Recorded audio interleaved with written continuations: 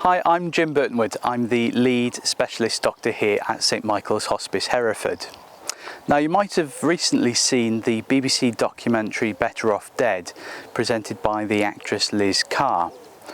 Well, in the process of filming that documentary, we were visited by Liz and the production team, and they had the opportunity to meet our staff, volunteers, patients and relatives to get a feel for what a day in the life of a hospice is really like. Now, unfortunately, we didn't make the final cut, but we're really pleased to be able to show you the final footage. Here it is.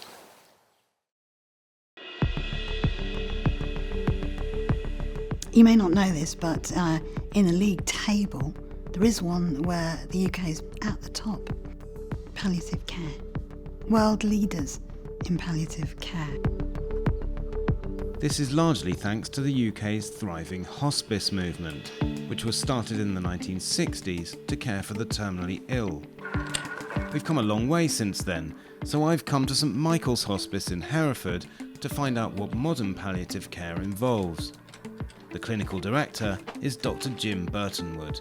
The belief is that hospices are places where people come to die. It's one of my bugbears, I think, that palliative care sort of gets wrapped up with the same term as end-of-life care. Yeah. End-of-life care is that bit right at the end. Okay. There's a whole lot of living that has to go on before that point. And that's what we try to do well, is try to make, well, to coin a phrase, we add life to days rather than days to life. Can you explain to me what palliative care is?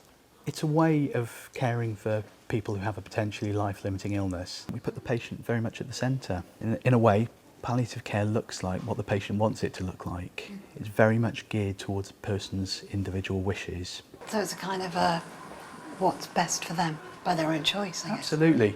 You know, when the patient comes in to see us, even before we get on to what I think of as the medical stuff, we spend a lot of time learning about the people, the person, what makes them tick, what their hopes and fears are. And it's only then that we start to think about how their illness or condition is getting in the way of that. Lots of our patients come for a huge variety of different therapies. They can have complementary therapy, they've got a doctor around the corner, we have physiotherapy, occupational therapy, the whole works. Right, ready, steady, go! Running late!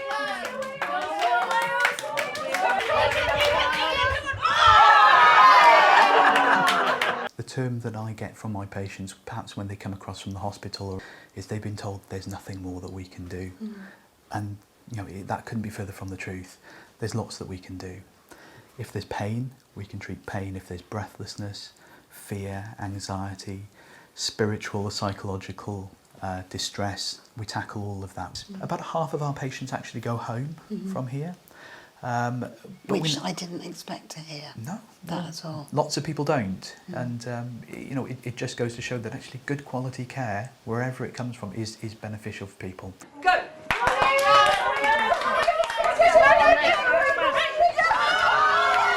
This isn't all about death and dying. This is really, really about living well. So palliative care is not something that we should be frightened of. We should embrace. We have won! It turns out that Richard Miller here is one of the founders of the place that now cares for him.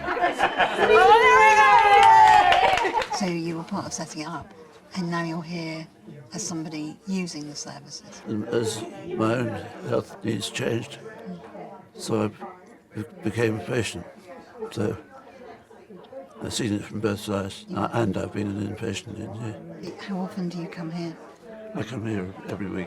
I sound like I'm chatting you up now, by the way. Sorry? I sounded like I was chatting you up then. Like, is it always on a Friday, just so I know? Yeah, Okay. I'm sure you know why I'm making this documentary. I do. Would you have ever considered an assisted death For myself, for yourself? no. Can I ask why? Because I know that I will get the right treatment for me to be in control and for me to be comfortable, be it here or at home. What has St Michael's and the hospice movement really, what's it taught you about death and dying? Not to fear it. I don't fear death at all. What might a good death look like for someone? It's going to vary from person to person.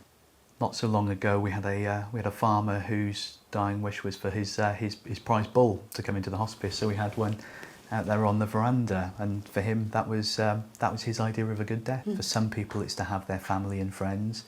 For some people, it may be that actually they want to say their goodbyes and then be left in peace.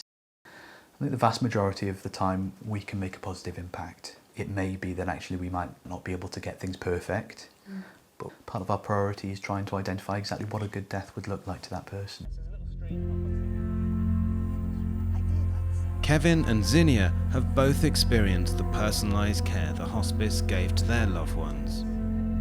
My dad came here for day services about 18 months before he passed away, and then he died a year ago Tuesday. The care we had from the second we walked through the door, and I mean we, not just Dad, we as a family, it was, they can't do enough. So my daughter India had cancer, and she had a brain tumour, and I mean she was actually here for 7 weeks. She had a horse visit her while she was here. We had such happy times here, which sounds mad, doesn't it? Dad spent 4 days here for his end of life, and 3 of those 4 days, probably the 3 of the happiest days I've ever had with my dad. Just constant laughing. Yeah. Stream of memories. Really think the hospice is a much better place than anywhere else to have that end of life experience.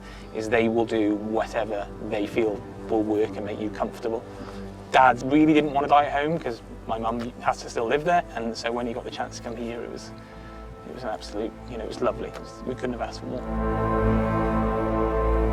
Because it's so person-centred, isn't it? Hugely person-centred. For India, the autonomy was so important. When she became ill, she was 18, she was ready to fly, just off to university. She said she wanted to die here. We came to look round it together, which is a journey you never want to have to make with your daughter, but she was deferred to as the adult in the situation, which of course she was an adult, but being unwell can make people treat you as though you're somehow stupid, and that never happened here. She was always treated with so much love, but also respect. And towards the end, they very kindly set up a bed, so all 4 of us and the dog could be in the same room and feed for Indy's last few nights, which was really lovely as well, to have that time together as a family. They were very kind. I believe that actually you can have a good death, and a good death is a death where your needs and considerations are at the forefront, and where you're able to make things the way that you want them for your family too. And it's extraordinary how sort of special it can be. Do you think there's enough palliative care for the UK? Short answer, no. We get about 25% of our funding from contracts with the government. The rest of it is raised by a small army of volunteers that do absolutely tremendous work. We have a fundamental part of our healthcare that is propped up by or supported by the charity sector. There's a huge need for good quality palliative care out there, and unfortunately with the resources that we've got at the moment we can only scratch the surface.